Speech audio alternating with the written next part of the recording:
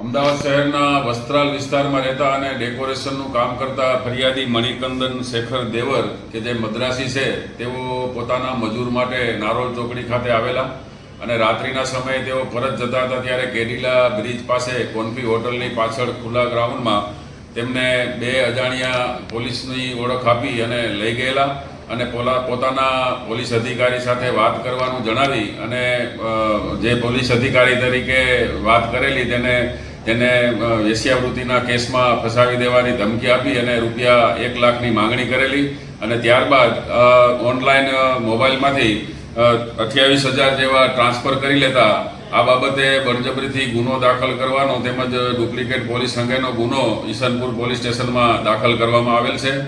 આ ગુનાના કામે સીસીટીવી ફૂટેજ તેમજ ટેકનિકલ સોર્સથી મળેલ માહિતી આધારે આ ગુનામાં યાસીન ઉર્ફે પપૈયો કુરેશી, મોહસિન શેખ અને અબરાર પઠાણ નામના 3 આરોપીઓની ધરપકડ કરવામાં આવેલ છે।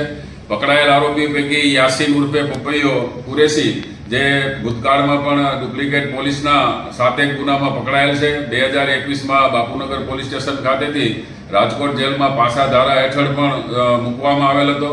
તેમજ જે મોહસિન શેખ અને અબરાર પઠાણ જેઓ 2 ગુનામાં અમદાવાદ શહેરમાં ડુપ્લિકેટ પોલીસના ગુનામાં પકડાયેલ છે। સાહેબ, શું મોડસ ઓપરેન્ડી રહી છે આ લોકોને? પકડાયેલ આરોપીઓ પૈકી યાસીન ઉર્ફે પપૈયો કુરેશી એ મુખ્ય સૂત્રધાર છે। તે આવા શિકાર શોધતો હતો અને આ જે સહ આરોપી મોહસિન શેખ અને અબરાર પઠાણને એને રોકવા માટે જણાવતો અને પોતે પોલીસ અધિકારી તરીકેનો રોલ કરતો અને દર વખતે આ રીતે ડુપ્લિકેટ પોલીસ તરીકે ઓળખ આપી અને ગુના આચરવાની મોડસ ઓપરેન્ડી ધરાવે છે। ભૂતકાળમાં કોઈ ગુના આચરેલા ખરા? પકડાયેલ આરોપીઓ પૈકી યાસીન ઉર્ફે પપૈયો સબીરભાઈ કુરેશી ભૂતકાળમાં 7 જેટલા ડુપ્લિકેટ પોલીસના ગુનાઓમાં અમદાવાદ શહેરના જુદા જુદા પોલીસ સ્ટેશનમાં પકડાયેલ છે। તેમજ પાસા ધારા હેઠળ પણ એને રાજકોટ જેલમાં મોકલવામાં આવેલ હતો।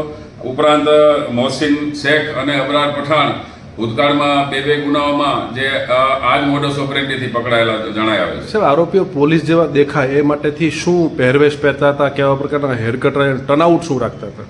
પકડાયેલ આરોપીઓ સામાન્ય રીતે પોલીસ તરીકેની ઓળખ આપતા હોવાથી વાળ ટૂંકા રાખતા તેમજ કપડાં પણ જે ડિસ્ટર્બ જે રીતે પહેરે છે એ રીતે પહેરી અને ફરિયાદીને રોકતા હતા। આગળની તપાસ સાહેબ શું કરીશું આપણે? હાલમાં જે પકડાયેલા આરોપીઓ છે એમણે ભૂતકાળમાં કોઈ આ પ્રકારના ગુનાઓ આચરેલા છે તેમજ એમાં વોન્ટેડ છે કે કેમ, આ સિવાય કોઈ અન્ય ફરિયાદીને ટાર્ગેટ બનાવેલા છે કેમ, તે બાબતે તપાસ હાથ ધરવામાં આવશે।